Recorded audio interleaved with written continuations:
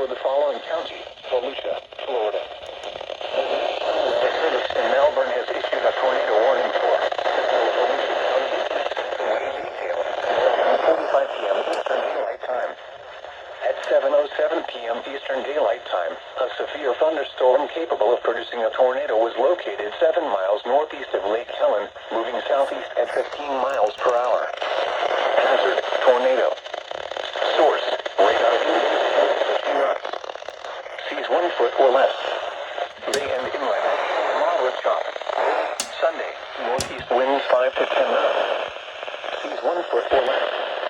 Bay and inland waters light chop is likely. This dangerous storm will be near Port Orange News and Beach. Seas 1 foot or less. Bay and inland oceans and Texas.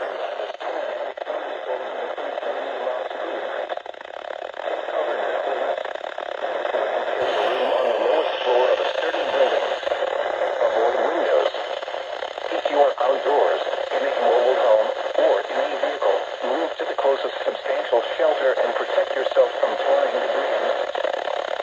River flood warning for the following counties in Florida: Lake and Volusia. Flood warning remains in effect until further notice.